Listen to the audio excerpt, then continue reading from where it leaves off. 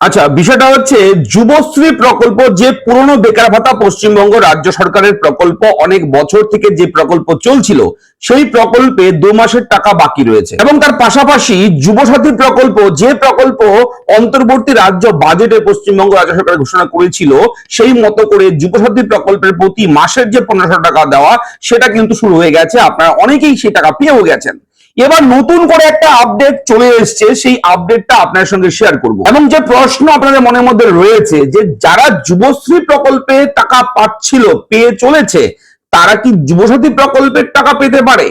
দেখুন, এটা নিয়ে প্রথমে একটু ধোঁয়াশা ছিল, সেটা ক্লিয়ার হয়ে গেছে। এখন এখন একটা অনেকেই আফসোস করবেন আপনারা এই খবরটা পাওয়ার পর, যে কেন আবেদন করলাম না যুবসাথী প্রকল্পে। যারা যুবশ্রী প্রকল্পের ভাতা পাচ্ছিলেন, তারা অনেকেই কিন্তু যুবসাথী প্রকল্পে আবেদন করেনি, ভয় পেয়ে। যদি সেই যুবশ্রী প্রকল্পটা বন্ধ হয়ে যায়, যে যুবশ্রী প্রকল্প দীর্ঘ কত বছর থেকে চলছে, সেই প্রকল্পের ভাতা পেয়ে চলেছেন, সেটা যদি কোনো কারণে বন্ধ হয়ে যায়, অথবা দুটো প্রকল্পই যদি বন্ধ হয়ে যায়, আপনার ভাতার টাকা যদি আপনি না পান, তার জন্য অনেকেই ভয়ে আতঙ্কে তখন কিন্তু যুবসাথী প্রকল্পে আবেদনটা করতে পারেনি। কিন্তু তার মধ্যেও সাহস করে অনেকেই কিন্তু যুবসাথী প্রকল্পের ফর্ম ফিল আপ করেছেন। এমন অনেকেই আছেন যারা যুবশ্রী প্রকল্পের টাকা পাচ্ছে, তার পাশাপাশি যুবসাথী প্রকল্পতেও ফর্ম ফিল আপ করেছেন। এবার তাদের জন্য সুখবর।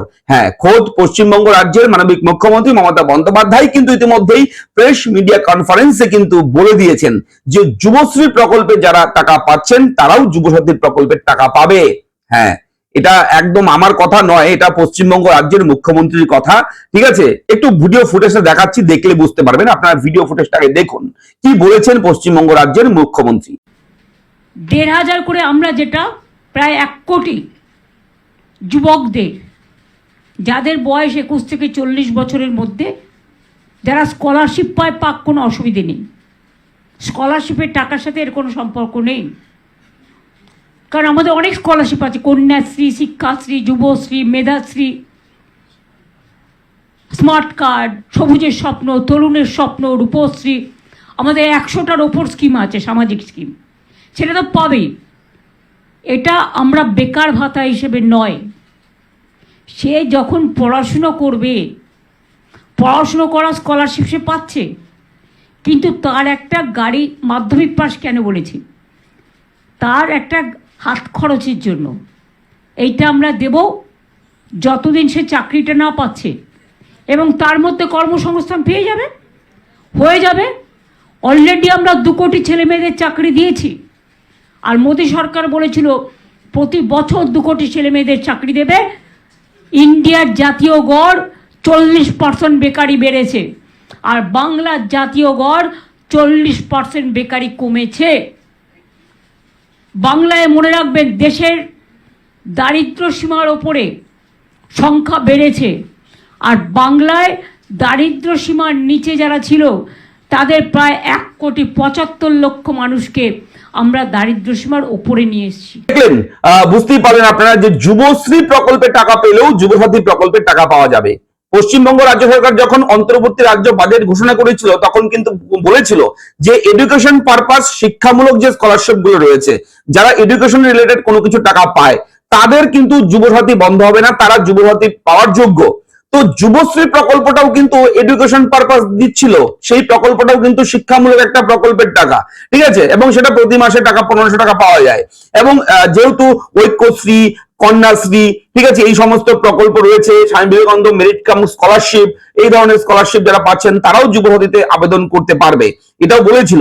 এবং যুবশ্রী প্রকল্পটা কিন্তু একটা সন্দেহের জায়গায় ছিল যখন আবেদন শুরু হয়েছিল যুবসাথী প্রকল্পে, তখন কিন্তু এটা ক্লিয়ার হয়নি। তবে বর্তমানে কিন্তু ক্লিয়ার হয়েছে। কিন্তু এখন ক্লিয়ার হলেও তো আর উপায় নেই, এখন অনলাইনে কিংবা অফলাইনে আবেদন বন্ধ রয়েছে যুবসাথী প্রকল্পে। তাহলে আপনারা এবার কি করে আবেদন করবেন? আপনাকে বলে রাখি, এই ভোট পরবর্তী সময়ে, ইলেকশন ডিক্লেয়ার হয়ে গেছে পশ্চিমবঙ্গ রাজ্যে, এবং ভোটের পরবর্তী সময়ে আবার যদি ক্যাম্প করে, অবশ্যই সেই ক্যাম্পে আপনারা আবার যুবসাথী প্রকল্পের জন্য ফর্ম ভরতে পারবেন। হ্যাঁ, পশ্চিমবঙ্গ রাজ্য সরকারের যে প্রকল্পগুলো আছে, সমস্ত প্রকল্পই কিন্তু ক্যাম্পের মাধ্যমে ফর্ম জমা নেওয়া হয়। এবং দুয়ারে সরকারের ক্যাম্প হয়, এখানে লক্ষ্মীর ভান্ডার, কৃষক বন্ধু থেকে শুরু করে জয় জোহার প্রকল্প থেকে শুরু করে তারপর হচ্ছে ওল্ড এজ পেনশন থেকে শুরু করে বিধবা ভাতা, বার্ধক্য ভাতা যেগুলো রয়েছে, যা যা স্কিম আছে সামাজিক প্রকল্প, সমস্ত প্রকল্পের ফর্ম ফিল আপ সেখানে হয়।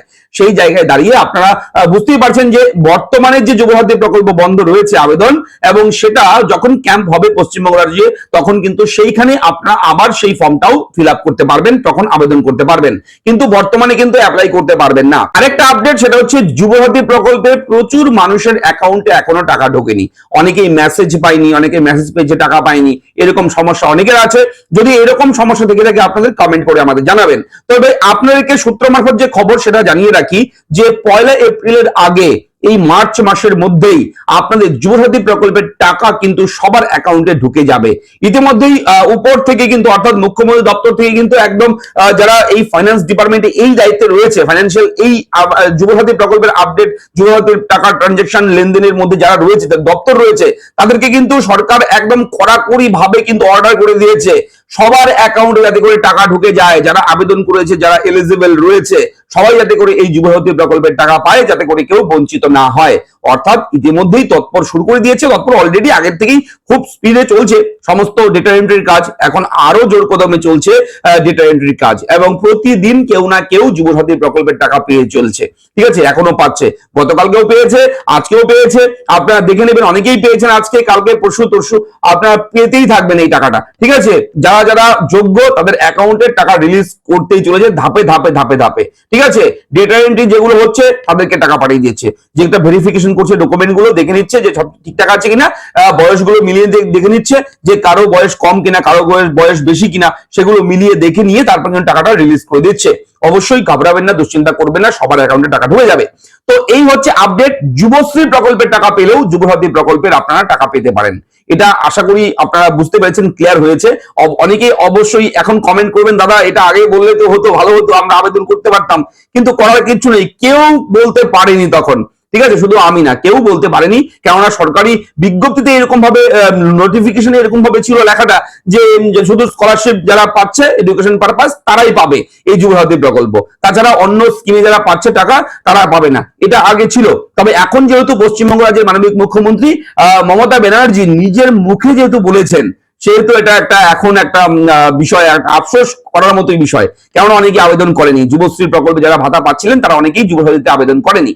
চিন্তা করবেন না, আপনারা পরবর্তী সময় আগামী দিনে যখন আবার চালু হবে তখন আপনারা অ্যাপ্লাই করে দেবেন। ঠিক আছে, আমরা জানিয়ে দেবো চ্যানেলে, আমরা চ্যানেলে সবসময় ভিডিও করে আপনাদের জন্য খবর রাখি, আপনারা চ্যানেলটাকে সাবস্ক্রাইব করবেন, তাহলে যখনই আপডেট দেবো তখন আপনি আপডেট পাবেন, তখন আপনি আবেদনটা করতে পারবেন। এবং হ্যাঁ, বিষয়টা হচ্ছে আপনারা চ্যানেলটা সাবস্ক্রাইব করে রাখবেন। চ্যানেলটা সাবস্ক্রাইব করলে কি হবে, আপনারা নোটিফিকেশন পাবেন বেল আইকনে ক্লিক করে অল অপশনটা অন করলে, তাহলে কোনো ভিডিও মিস হবে না। চলুন দেখা হচ্ছে পরবর্তী ভিডিওতে, ভালো থাকবেন, ধন্যবাদ।